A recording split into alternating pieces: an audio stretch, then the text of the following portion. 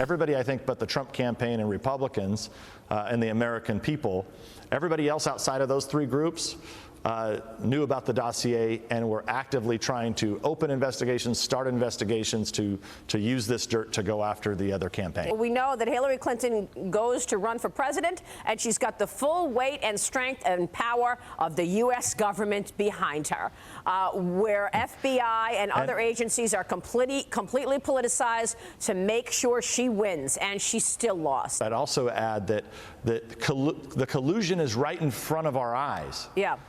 Right? People, just because you hire a lawyer who hires a firm, who hires a former British spy to make contacts with Russians, that means that you were colluding with the Russians. Right. That's called collusion. Okay? Yeah. Collusion and corruption. That's called at the collusion. Top of the FBI. The mainstream media is not covering this because they seem so focused on drinking the Russian Kool-Aid on terms of what's, who's getting indicted by the special counsel, and instead focus on, look, was there any collusion between the Trump campaign and Russia, which the answer is no.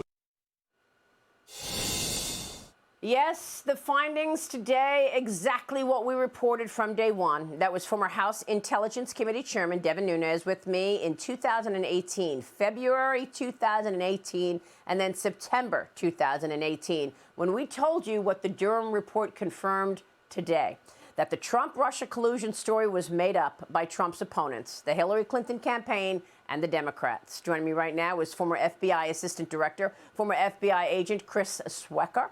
He is an attorney in Charlotte, North Carolina. Chris, good to see you this morning. Your reaction to what John Durham reported last night? Yeah, I mean, I know John Durham, and I think this is a very fact-driven, hard-hitting report that doesn't overstate the case, but it doesn't understate it. I think it's a roadmap for Congress to take this information and expand on it. And unfortunately, I spent 24 years in the FBI. I love the organization. I grew up in an FBI that was free of politics. But I think they need to take a hard look at how they handle political cases like this and implement some much-needed reforms. I mean, basically, Durham said that the agents, the executives, the director handling this case lacked fidelity and integrity. The rules were there.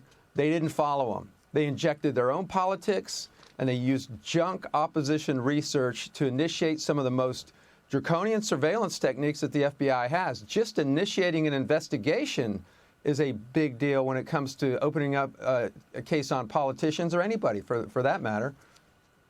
Well, Chris, look, people's lives were ruined as a result of this made-up story. Carter Page was spied on for a year, okay? He was afraid for his life. I've had Carter Page on many times to tell us the story. I reported this because I saw what it was back in the early days of 2018, and I was slandered in the media as a result of this. Where is the accountability as a result of this story, which was simply one political campaign's dirty trick to take down her opponent? Yeah, unfortunately, the FBI swallowed it hook, line, and sinker because the leadership wanted to believe this information. They had their own personal biases, and they injected that into the investigation. That should never happen again. Durham recommends some certain things. I think, most of it is let's just follow the rules that are already there and rely on the integrity of the executives and agents working the case. I don't think that's good enough. I think we need to look very hard at these types of political corruption cases and push it off to a third party that can approve the initiation of the investigation. I don't think we can leave it to the integrity of the people involved in the leadership of the FBI at this point. I think there needs to be a third party just to approve the initiation of the investigation. We already have the FISA court. They didn't really do their job, but I think that part of it, that you can't even initiate an investigation without a third party review, would be an important reform.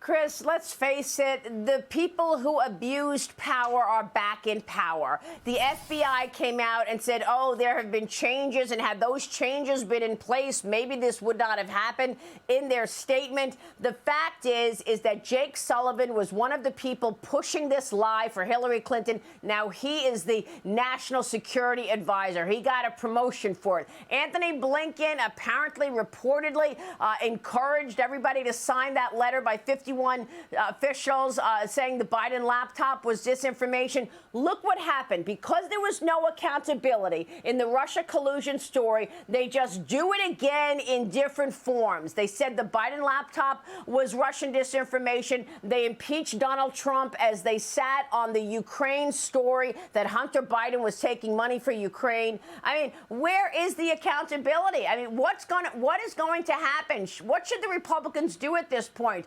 Because it looks like so far we're doing a whole lot of nothing, and the people who abused power are back in power.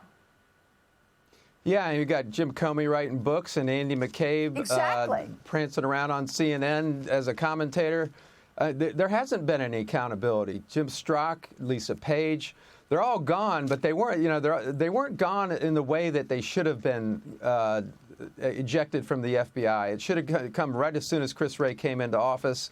He should have just completely cleaned house of all of that. It was painstakingly long to sort of get rid of all the bad apples, if you will.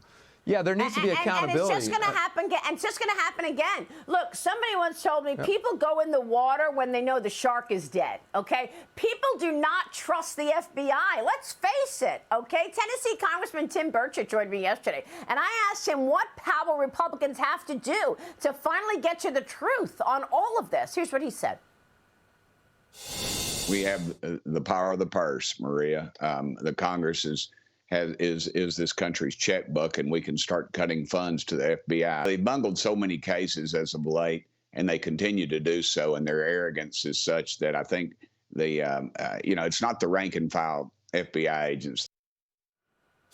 I mean, it's been so many years at this point, Chris, and I know it's not the rank and file. I have friends who are FBI agents, and they have integrity. But the leadership of the FBI have been proven to be political hacks, and it continues over and over again.